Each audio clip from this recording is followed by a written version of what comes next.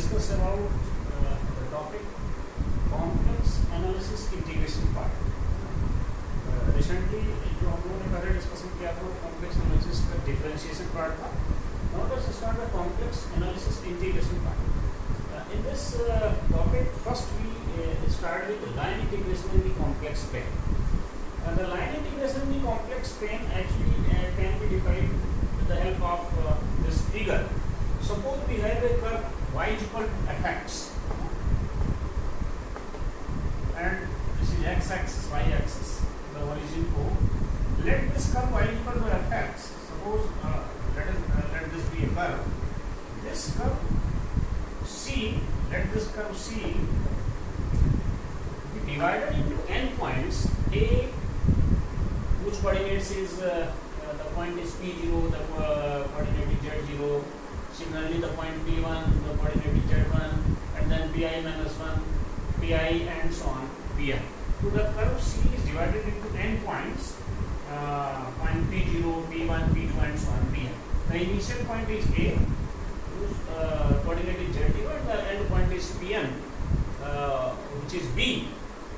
So between this curve, we have a point Pi minus 1 comma P. Slide in this can consider any part Pi minus 1 comma Pi. Let xi be any arbitrary point in this part of the curve. Suppose xi be any arbitrary point in this part of the curve Pi minus 1 comma Pi, which lies on the curve C. Then, if you want to describe the line integration of the complex plane, then with the help of this formula, the line integration of the complex function fz from integral a to b fz gz, this is equal to, actually mathematically we can represent it, limit n approaches to infinity, summation I is equal to 1 to n f of xi I delta zi. Here this delta zi means, this delta zi is actually zi minus 1. This point z0, z1 and so on. अगर हम यहाँ पे कहें तो ये Jedi minus 1 coordinate होगा, इसका Jedi होगा. जेडाई माइनस 1, ये जो डिफरेंस है ये डेल्टा जेडाई है. Delta z i equal to z i minus 1. तो this limit of this sum, limit n approaches to infinity summation I is equal to 1 to n f of xi delta zi. This limit of this sum can be written as integral a to b of z dz. This integral a to b of z dz, which is limit n approaches to infinity summation I is equal to 1 to n f of xi delta zi. Here this xi is any arbitrary point which lies in this part of the curve Pi minus 1 comma Pi. Then this limit of this sum is known as the line integration of the complex function of z along the curve C, and the range of integration is from a to b. So this is the basic definition of line integration of a to b of the complex function. Now, if we know fz is equal to u plus iv, this is a complex function. If z is equal to x plus iy, then we can say dz is equal to dx plus r dy. अगर हम इस integral जो आपने line integration define किया था, integral over C F z d z, अगर हम इसमें इसकी वैल्यू रख दें एफ जेड की जगह पे यू प्लस आई वी और डी जेड की जगह पे d x plus i d y रख दें, और अगर हम इसको सिंप्लीफाई करें, आप देखें इसको सिंप्लीफाई करें तो आपको वैल्यू क्या मिल जाएगी. This can be written as integral, this is equal to integral u d x, real part u dx I इस i v और I dy को तो मल्टीप्लाई करें तो I स्क्वायर माइनस 1 हो जाएगा, यानी माइनस का v dy plus I times integral over c. अब जब हम पहले हमने u से मल्टीप्लाई किया तो u dx मिला, यहाँ से माइनस v dy मिला क्योंकि I स्क्वायर माइनस 1 हो गया. अब आप जब I से मल्टीप्लाई करेंगे तो I के साथ देखिए आएगा v dx, और I के साथ आया v dx, और I के साथ दूसरा क्या आएगा I v dx, और ये I dy के साथ जब 2 मल्टीप्लाई होगा ये तो प्लस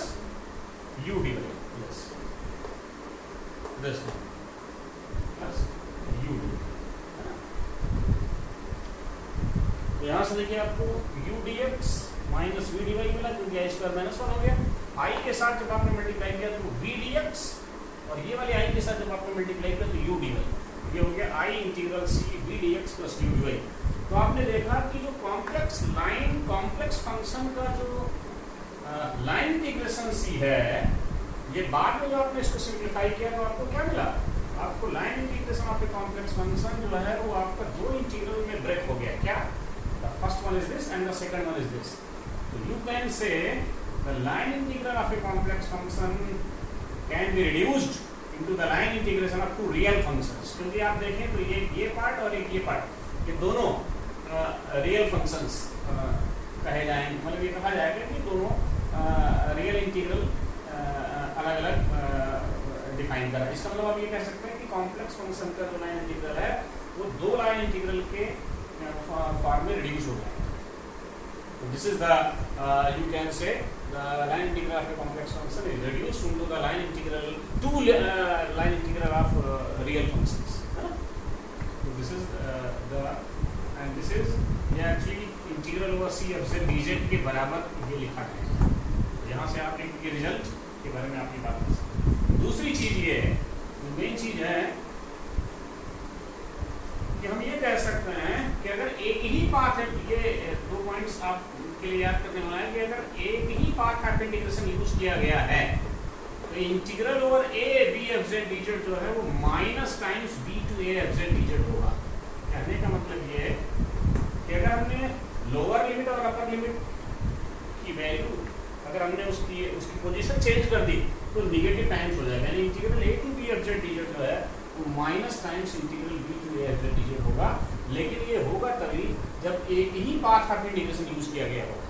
अगर पाथ ऑफ इंटीग्रेशन सेम है तो इंटीग्रल a टू b अगर हमने लोअर लिमिट अपर लिमिट को चेंज कर दिया तो वो negative times of integral b to a f z dz हो जाएगा। And the second point is this कि अगर मान लो ये जो रेंज आपने a टू b a और b डिफाइन किया है, अगर इस a और b रेंज के बीच में एक वैल्यू c आ जाए, मान लो a less than c less than b, मतलब हम a और b पॉइंट के बीच अगर कोई दूसरा पॉइंट c ले आए, उसके बीच में कहीं पर एक c पॉइंट एज्यूम कर लें, तो और अगर हमें आपको a से b f z dz की वैल्यू निकालनी हो, a to b f z dz की वैल्यू निकालनी हो, और हम ये मान लें कि नहीं जो c पॉइंट है वो a और b के बीच है, मान लो हम ऐसे कह रहे हैं ये a b है और यहाँ पर कोई पॉइंट c है, तो अगर हमें a से b के बीच लाइन इंटीग्रल की वैल्यू निकालनी है तो हमारा जो ये वैल्यू है पहले a से c f z dz निकाला जाएगा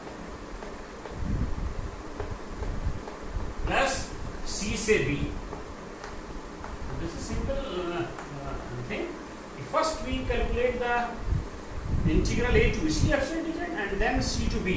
तो अगर हम a से c और c से b के लाइन इंटीग्रल की वैल्यू को जोड़ देंगे तो हमारा a से b के बीच लाइन इंटीग्रल की वैल्यू आ जाएगी। तो this is simply if c is any point lies between a and b, then the line integral of a to b can be calculated with the help of first one is from integral a to c and then from c to b। तो दोनों का जो addition होगा वो a से b के बीच line integral की value को दे देगा। इस तरीके से आपने देखा कि हम किसी भी कॉम्प्लेक्स फंक्शन के लाइन इंटीग्रल को डिफाइन कर सकते हैं, जिसमें कि 2 पॉइंट्स मेन आए। पहला कि जो लाइन इंटीग्रल है वो a से b f z dz, वो आपका कॉम्प्लेक्स फंक्शन का वो 2 रियल इंटीग्रल्स के कॉम्प्लेक्स लाइन में चेंज हो जाएगा। और दूसरा आपने जो दो पॉइंट्स डिफाइन किए, पहला अगर एक ही पाथ ऑफ इंटीग्रेशन यूज किया गया है तो इंटीग्रल a से b जो f z dz है वो negative times of integral b to f z dz हो जाएगा अगर एक ही पाथ ऑफ इंटीग्रेशन यूज किया गया। और अगर c पॉइंट हमारा a b के बीच में कहीं लाई कर रहा है तो अगर हमें a से b के बीच का इंटीग्रल निकालना है तो पहले a से c हम निकालेंगे, फिर c से b निकालेंगे, दोनों का जो सम होगा वो a से b के बीच के इंटीग्रल की वैल्यू होगी। अब हम लोग इस पर कुछ एक दो न्यूमेरिकल प्रॉब्लम्स सॉर्ट आउट करेंगे, एक दो न्यूमेरिकल प्रॉब्लम्स फाइंड आउट कर सकते हैं। जैसे एक एग्जांपल हम लेकर के चलें क्वेश्चन इसी पे लाइन इंटीग्रल पे कि integral over c x plus y dx plus x square y dy, ये मान लो हमें इस इंटीग्रल की वैल्यू निकालनी है और पाथ इसके लिए दिया हुआ है along y equal to x square. एक पहला पाथ है along y equal to x square और जो इसके कोऑर्डिनेट्स हैं पॉइंट के है कि 0 0 3 9 एंड पॉइंट्स है नहीं, having 0 0 and 3 9 एंड पॉइंट्स। ठीक है ना। हम मान लीजिए कि पहले हम पहला पाथ ये लेके चले, वैसे इसमें दो पाथ को लेकर के हम लोग इसको फाइंड आउट करेंगे। पहला पार्ट मान लीजिए 0 0 से 3 9 है, तो अगर ये पाथ y = x² है और एंड पॉइंट पे कोऑर्डिनेट 0 0, 3 9 है, तो आपको मान लीजिए इस लाइन इंटीग्रल की वैल्यू डालनी है, तो आप कैसे सॉल्व करेंगे? हाँ, तो let us start. We have to find out, we have to calculate it. ये जो 0 0 से 3 9 है, इसका मतलब देखिए x1 y1 x2 y2, तो जो x की वैल्यू है वो 0 से 3 वेरी कर रही है, यानी x1 से x2, और जो y की वैल्यू है वो y1 से y2 यानी 0 से 9 वेरी कर रही है। तो x is 0 to 3 and y is 0 to 9। तो x का जो रेंज है वो 0 से 3 है और जो y का रेंज है वो 0 से 9। ठीक है ना। तो let us start the first part. पहला देखिए कैसे सॉल्व करेंगे। अगर आपने ये कहा कि नहीं y जो है वो x² के बराबर है, बात आपका, तो dy क्या हो जाएगा? dy हो जाएगा 2x dx। ठीक है, क्योंकि आपका जब डिफरेंशिएशन करते हैं dy = x² का डेरिवेटिव क्या होगा? 2x dx। ठीक, तो क्या होगा? यानी इंटीग्रल, ये जो तुम्हारा ये क्वेश्चन है, ये सिंप्लीफाई चेंज होकर के क्या हो जाएगा? This is equal to integral c x + y, यानी x + y = x² आपने रख दिया, dx प्लस x² y की वैल्यू भी आपने क्या रखी थी? x²। ठीक है ना, इनटू dy की जगह पर आपने क्या रख दिया? 2x dx। तो जब आपने y को x में चेंज कर लिया, तो लिमिट भी x की रखी जाएगी, यानी रेंज x का रेंज क्या था? 0 से 3। x का रेंज क्या था? 0 से 3, क्योंकि आपने y को x में चेंज किया है, दैट वाज द पार्ट, इसलिए लिमिट जो है वो x की रखी